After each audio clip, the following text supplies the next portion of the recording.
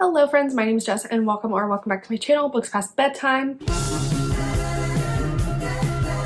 Today I'm going to be starting a very exciting vlog, at least it's exciting to me, and in this vlog I'm going to be reading 5 queer SFF books. Now, if you know me, I'm not someone who reaches for a ton of fantasy. I am part of the Fantasy Series book club, but of course I am bringing like the non-fantasy reader viewpoint. At least that's how I see myself in this book club. Regardless, I have been kind of getting into fantasy romance, and of course if a book is queer, I'm always interested in it. Thus the idea for this video was born, and it just so works out that I do have a perfect 5 books on my shelf that have come out in the last year or so. So they're semi-new releases. Some of them have come out in 2022, some have come out at the end of 2021, but they're all like fantasy or science fiction books with queer romance subplots that I'm super excited for. I'm just going to quickly go through the 5 books that I'm planning to read in this vlog, and then we will hop into the vlog portion where I will update you while I'm reading and my final thoughts on all these books, and I will rank them at the end and share what is worth your time, what's not. The first book that I have here is Under the Whispering Door by TJ Klune. I read and absolutely loved The House in the Cerulean Sea I think I read it in 2020 actually, and this book came out at the end of 2021 and I haven't got around to reading it yet, and I really want to. It is a male-male romance between Wallace and Hugo. Wallace is a man who passes away, and then Hugo is a man that volunteers to help him cross over to the other side, if I'm understanding this correctly. So there's some kind of conflict with one of them is dead, they're both dead, something. I don't know. The House in the Cerulean Sea is like a warm hug in a book, so I'm hoping I will get those same feelings from this one. I have this beautiful freaking copy with the sprayed edges. I am obsessed. It makes me want to buy all sprayed edges books, even though I'm not really like a special edition book buyer, but this is just so freaking beautiful, and I have like the sprayed edges version of The House in the Cerulean Sea as well. So good. Oh, it's so beautiful. Anyway, this is number 1 on the TBR. The next book I have here is Before We Disappear by Sean David Hutchinson. It's been a really long time since I've read a Sean David Hutchinson, but I have liked quite a few of his books in the past. He does write YA, which is no different from this one. This one is YA. This is another male-male romance. Like I said, it's YA, and it's set in this world of like magicians. Our main character, Jack, his biggest magical competition is this man named Laszlo, and behind this man named Laszlo is a boy named Wilhelm who appears to be able to do real magic, and then him and Jack have a little bit of a romance. This book sounds fun and cute. I'm excited for it. Continuing in the YA vein, I also have So This Is Ever After by F.T. Lukens. I didn't necessarily love F.T. Lukens' debut book. I really want to give this one a try. I think this one has the potential to work for me. These are all male-male, just a disclaimer. That just is how the cookie crumbled at this point in time. This book is set in a fantasy world, follows our main character Eric, who has inherited the throne, but a caveat of being able to inherit the throne is that he must get married before his 18th birthday, or like before his 19th birthday or something like that. I don't know his exact age, but before his next birthday he must be married. I think that he has like a friends to lovers kind of situation happening with his best friend. So sounds cute, fun, and fresh. Excited for this one. So Under the Whispering Door is adult. Those 2 are YA, and then the next 2 books that I'm planning to read are also adult. So first of which is A Marvellous Light by Freya Marski.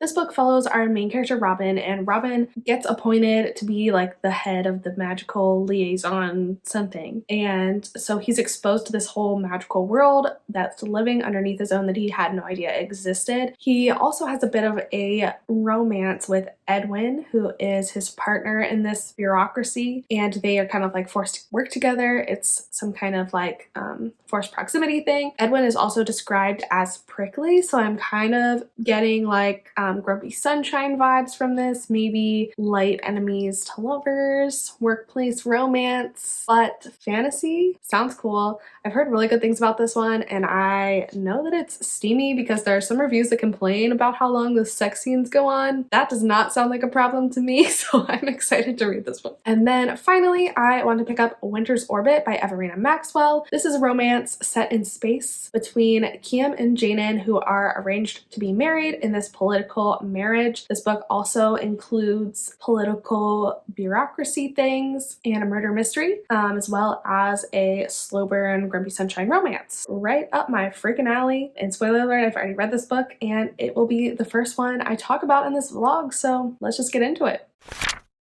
Hello, I am in this lovely airport hotel in Albuquerque, New Mexico. We love flight attendant life, but before I go and lay by the pool, because that's what I do on all my layovers pretty much, unless they are somewhere exciting, I wanted to tell you that I am halfway through Winter's Orbit by Everina Maxwell currently, and I am obsessed with this book, you guys. Also, I mistook my finger for cheese when I was grating cheese, so it went through the cheese grater. It hurt really fucking bad. I am 50% of the way through Winter's Orbit and I'm absolutely loving it. Like, I can see this being a full 5-star book, one of my favorites of the year. That's how I'm feeling at the 50% mark. Now, I won't lie to you, it is a little bit slow, but I am a little bit of a slut for a slow burn. Like, it doesn't bother me at all. The way the characters like interact with each other is just like so intense and it's so frustrating, but the chemistry is there so much and you're like, just talk to each other.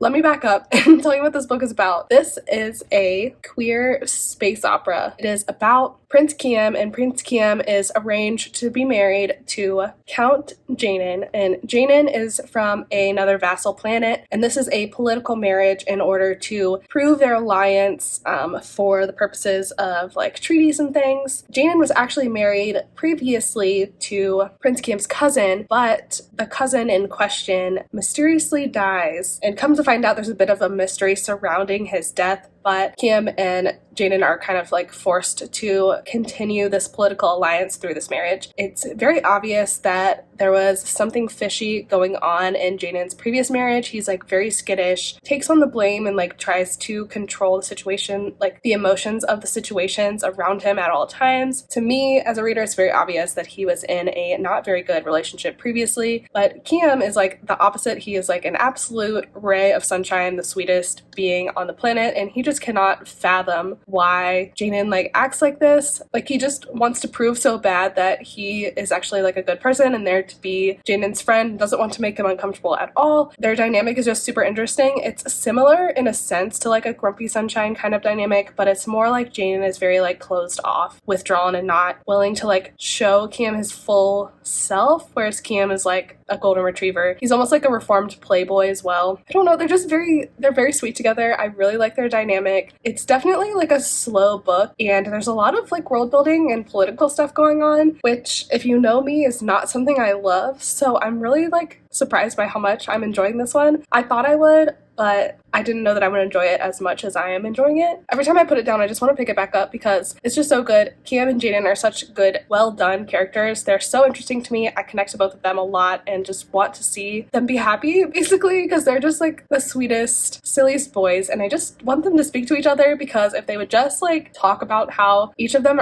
are feeling, like, and get on the same page, it would be so much happier for everyone. But that's the conflict of the book, obviously, so they can't do that yet. But there is like that fun mystery element too, where they're trying to figure out what happened to Jaden's like previous husband and what was going on there. So I like that as well. It's a fun, interesting mystery, and I like the space elements. It's not super hardcore sci-fi. Like, I am understanding everything pretty much. The hardest part to understand is like the different territories and the politics surrounding them, but I'm keeping it pretty straight. Honestly, like, for a sci-fi set in space, this is a pretty character-based book, so I think that's why I like it so much.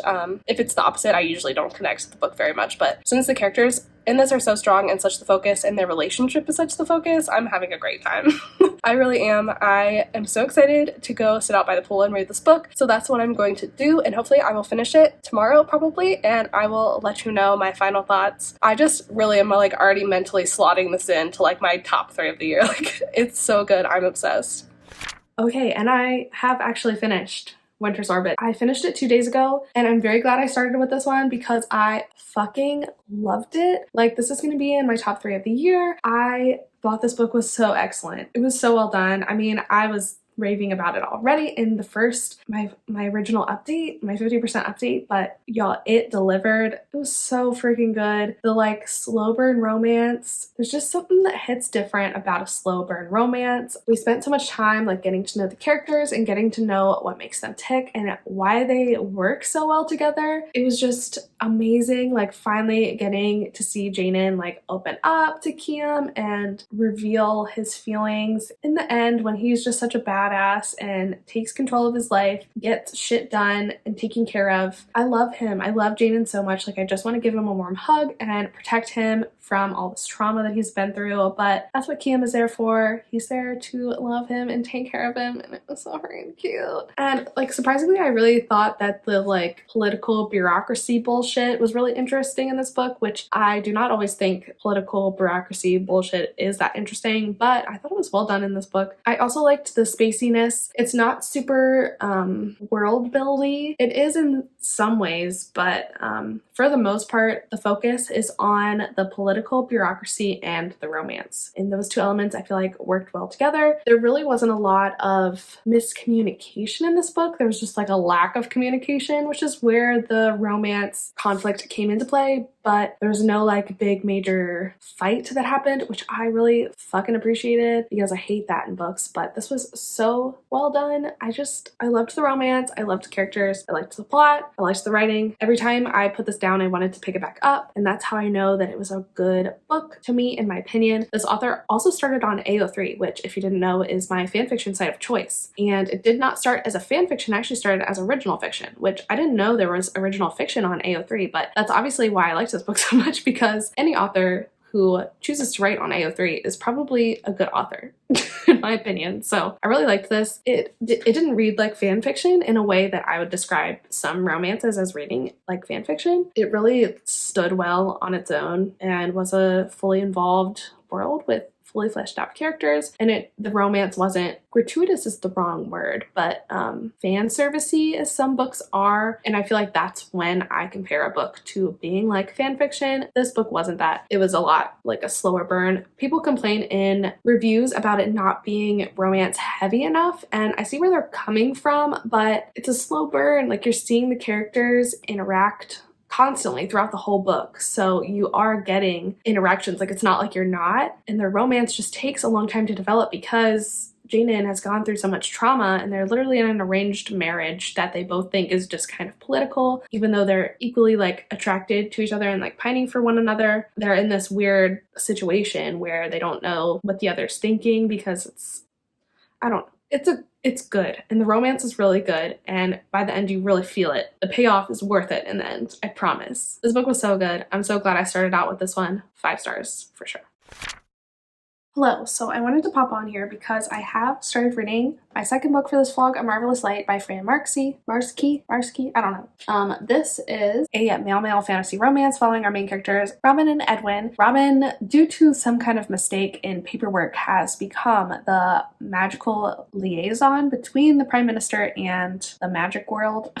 Despite not knowing that magic even existed. He's in this new job, and Edwin is the magical person who is supposed to like work alongside Robin in his post to keep him up to date on like what's going on in the magic world, and then Robin relays it to the Prime Minister. On his first day, Edwin comes in and he's like, "Who the hell are you? Why are you here?" And Robin's like, "Dude, I don't know." And Edwin's like, "Well, magic." And Robin's like, "What?"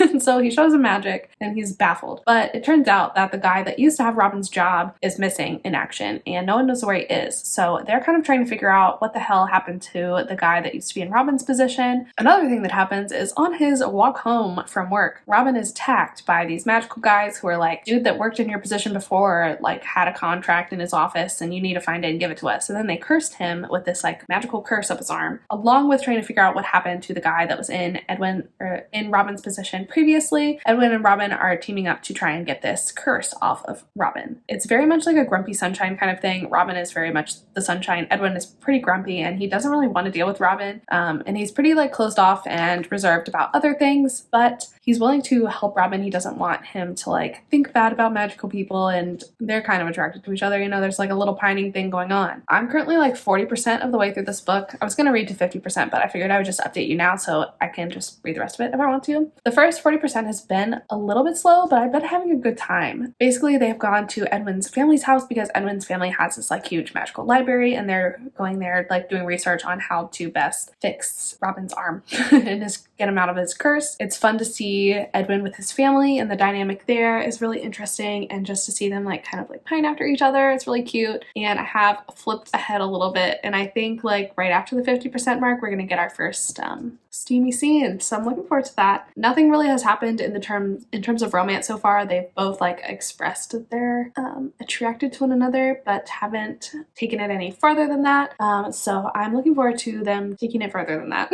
But so far this has been really good, and I do like the build-up. I'm a hoe for a slow burn, so I'm not mad about it being a slow burn. I'm really liking this so far. I can see it being, right now it's probably like a 4-star read. It's not feeling like a 5-star just because it is a little bit slow, but I do really like it, and I feel like it probably could be another 5-star. So we're on a roll in this vlog. We're reading some good stuff. I'm very excited about it, and I'll probably try and finish this for the next day or two, so I will let you know my final thoughts once I do finish it. Hello, I have an update for you. So did finish A Marvelous Light by Freya Marksy, and I really liked it. This vlog is going really good. I'm getting ahead of myself. This is only the second book I finished, but it was really good. 4.5 stars. So after the halfway mark, we like finally get some steam and some relationship building, and we also start to really get into the nitty-gritty of the mystery and what's going on. The ending was very exciting. I really just like fell in love with these boys. I really love Edwin. Like, he's definitely like the kind of character I absolutely love. Like, he starts out cold and reserved and really just like trying to protect himself from the world around him that's like beaten him down for so long. Our main character like helps him see his worth and that he's just a cinnamon roll and perfect. And I really loved Robin for getting him to come out of his shell, and I really loved seeing their romance develop. The steamy scenes were really well written, and I love that this like book is pretty discreet. This book was also published by Tor.com. Tor.com's really given us some bangers. I feel like they're like my new favorite publishing company because like smutty queer SFF romances, like please give me more. I really loved this book. I thought it was really well done and so much fun. I think maybe I docked a 1/2 star just because it was very slow burn. That's not to say I didn't like love the pining and everything, but it was like a little bit just slow paced story in general. I think we could have sped things up a little bit and made like the consequences seem a little bit more dire, because in some parts of this the consequences kind of felt like those in a cozy mystery. Like they weren't super heightened, especially for our main characters, even though by the end that they were. I don't know how to explain this. I just didn't think like the suspense for the mystery aspect of this book was enough to like make it a page turner, which is I think something that I wanted. But overall, I loved the magic system. I loved the world. I thought it was very whimsical and fun. It definitely gave me the vibes that I was looking for, and I loved the romance. So this was another success. I also am ready to tell you today about the first half of So This Is Ever After by F.T. Lukens.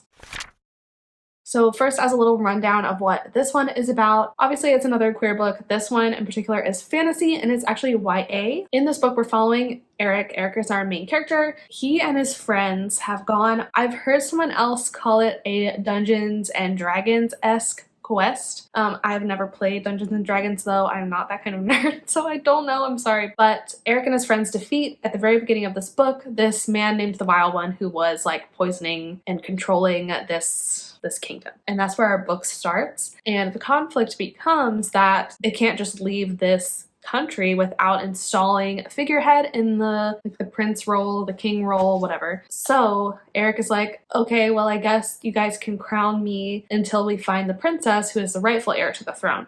So they do that, and then they find out that the princess is dead. So Eric is the king for all eternity. He tries to abdicate, doesn't work. And then they discover that according to the crown, Eric must marry and have a partner before he turns 18 or something. I think it's like 3 months from the time the book starts, or else he will die. So he has to find somebody to get married to. In Eric's perfect world, that would be his best friend Matt, who is obviously his best friend and advisor. He's always kind of had a thing for him, but he believes that Matt does not reciprocate his feelings. This is another typical case of silly boys who cannot communicate. So where we are in the midpoint of this book, Eric has already like tried to express his feelings for Matt, and Matt has misunderstood what Eric was trying to say, and Eric really thinks that Matt understood, but he really didn't. So miscommunication, you know how it is. That's what's occurring right now. So Eric is like, well, I guess that I will try to like woo all of our other friends, because they come in with like this big group of friends, went on this quest, and they're all like helping Eric rule this country and get it back on its feet. So he's like, oh, I'll go around and like woo all of our mutual friends, and then maybe it'll make Matt jealous and realize that he likes me. Or if not, I guess it would be better to be married to one of our friends than like no one else, or like someone random. So that's what they're doing now. And I think they're about to have a ball in like a invite people from around the city. I did skim a little bit. I think there's going to be a jealousy moment. Which I'm super excited for. I was kind of glad to put this book down at the halfway mark just because it's like so angsty with the miscommunication deal going on. I do really like it so far. It's fun. It's definitely, I think, a lot better written than F.T. Lucan's first book, In Deeper Waters, which I didn't love. A problem I had with In Deeper Waters is that it was really slow in the first half, and then the second half was super fast and the ending was very strange. But this book feels more cohesive overall. I'm hopeful for it. Also, this cover is just like one of the most beautiful books that I have bought all year. I love it so freaking much. This is their like friend group here in the back. I love this book. It's so pretty. I love this like trend of purple and pink. Like I feel like these go really well together. Honestly, I like this one a little bit too. I like the colors and I like that they match. They're all kind of like bi-flag colors. Anyway, I'm getting distracted. I'm 50% of the way through this, liking it so far. If I had to rate it right now, it would be in like the 3.5, 4-star range, but I'm really hoping the last half will like blow it out of the water and it can be like a solid 4, like even a 4.5. I doubt it'll be a 5-star book, mostly because it's YA. So yeah, this vlog is going great. I love reading books I like.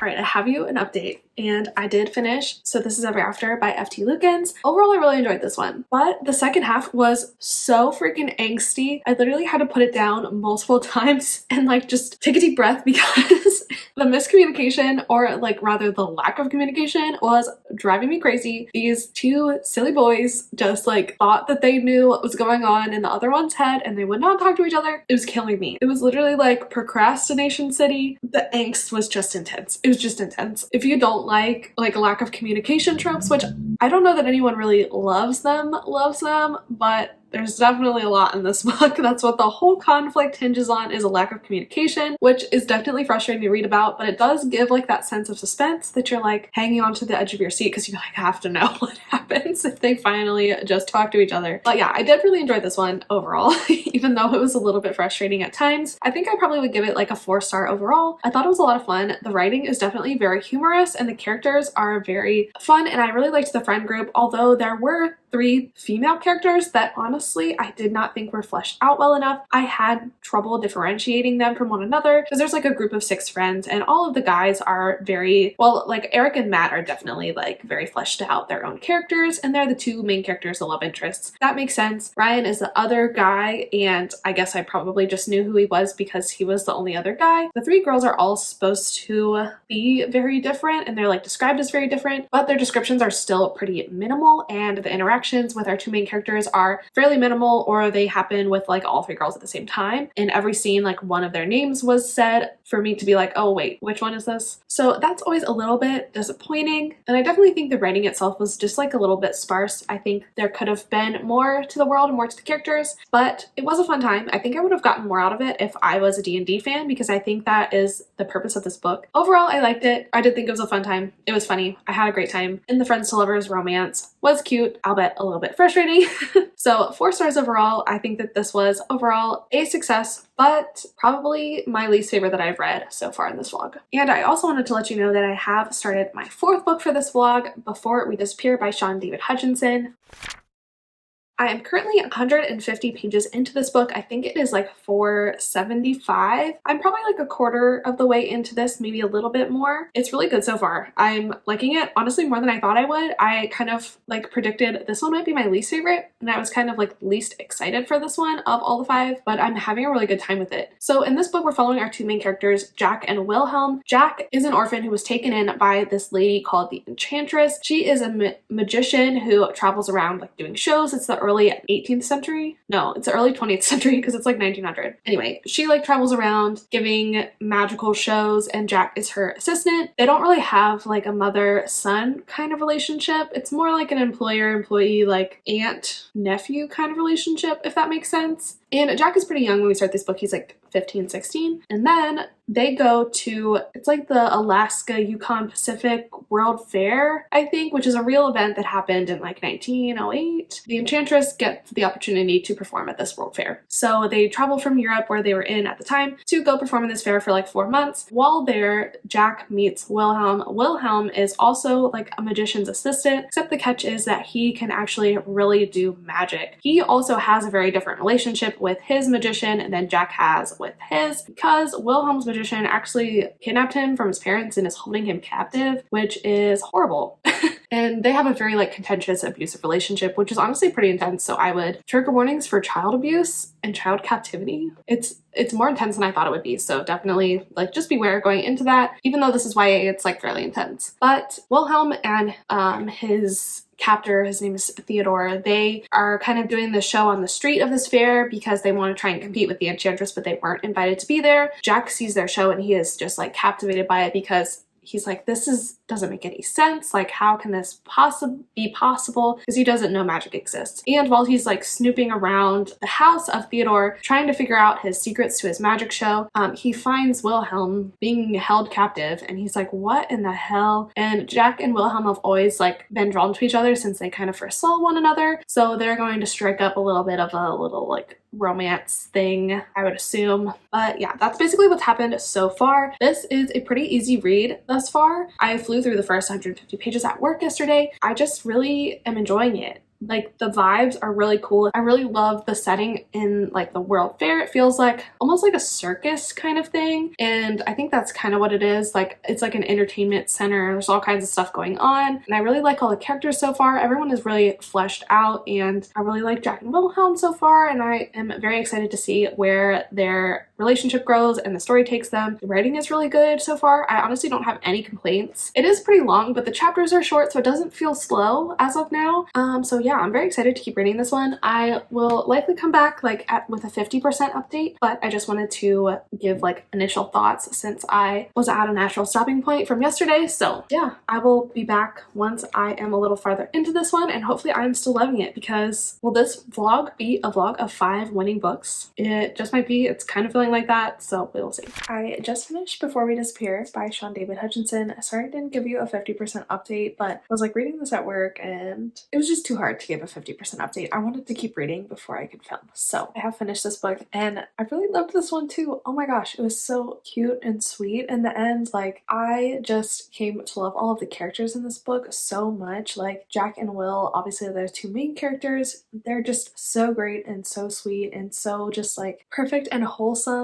Oh my gosh, I like dog-eared a couple pages that I want to go back and annotate because some of the shit they said to each other was just so sweet. Like, I was dying. So like I talked about in the first clip, Wilhelm is being held captive by this man named Teddy, and Jack is like trying everything that he can do to save him, obviously. But Wilhelm is really afraid that Jack doing this is putting himself in danger because he really believes that Teddy is a horrible man who will like kill everyone he loves. Wilhelm's like trying to convince Jack to leave him, and Jack says, I'd rather be trapped with you than free without you. Wilhelm says, I'm a burning building, Jack. Only a fool would run into one. And then Jack says, then I'm a fool on fire. Oh my god.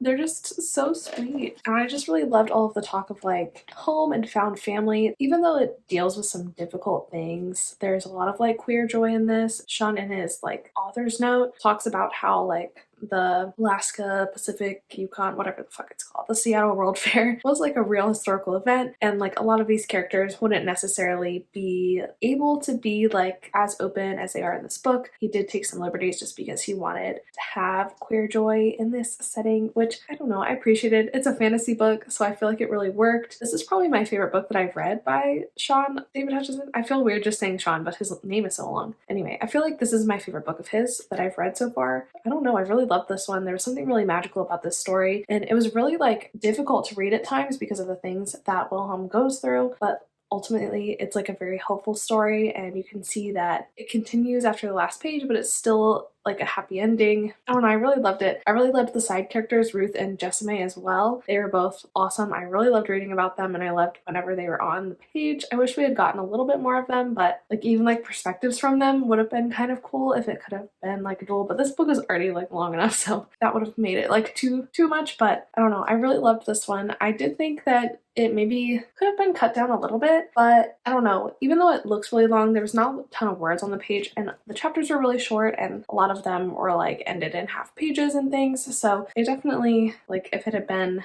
formatted differently, would probably only be like 350 to 400 pages, so it really wasn't that long. So I don't know, I don't really have anything super negative to say about this book. I don't know if it's a 5-star favorite in the same way that Winter's Orbit was, so I'll probably end up giving this one like 4.5 stars, but I did still really love it a lot. So now I've finished 4 books for this vlog. I'm trying to think if I liked this one more than A Marvellous Light or not. This one was like had a faster pace to it, I feel like, than A Marvellous Light, but I liked that The Marvellous Light was adult, you know?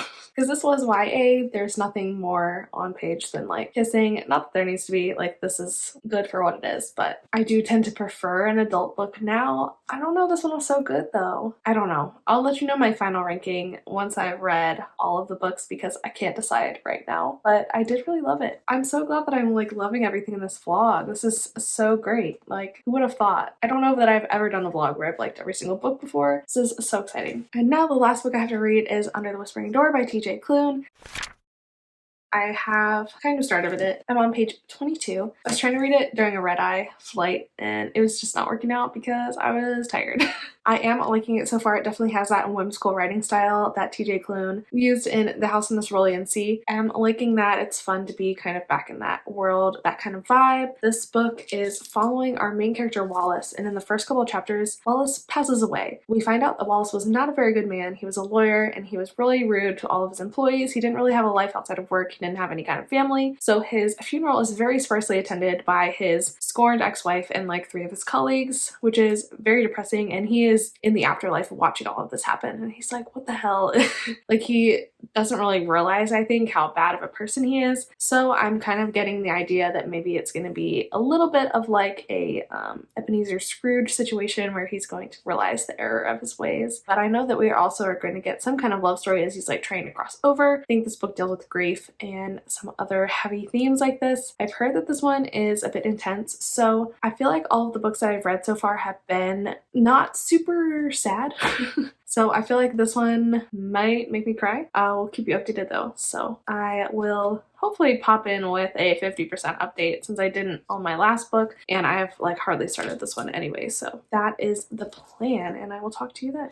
Okay, I wanted to update you because I'm almost halfway through Under the Whispering Door. I am on page 162 of 373. So I have a little bit, I have like 210 pages left. I was gonna try and get a little bit further, but I just came to a natural stopping place. So I'm gonna go ahead and do my 50% update, even though I'm only like 45%. So far, I am really enjoying this book. Honestly, not a ton has happened. So like I mentioned in the first clip, we're following our main character Wallace, who has passed away. He wasn't necessarily the best person in his life, and he's kind of grappling with that and dealing with that at this time. He's kind of in like a liminal in-between space before he crosses over into the afterlife. He has stopped at this tea shop owned by this man named Hugo. Hugo is supposed to help him come to terms with his death and cross over into the afterlife. This girl named May is also at the tea shop. May is technically a reaper and she's the one that led Wallace to Hugo's tea shop, and then Hugo's grandfather Nelson also lives at the tea shop. Nelson is actually already dead, but his like spirit remains. They run this tea shop during the day, and during the night Hugo and Wallace talk about life and about how Wallace can come to terms with his life in order for him to cross over. At this point in the book, Wallace has been at the tea shop for like almost 2 weeks, which is a pretty long time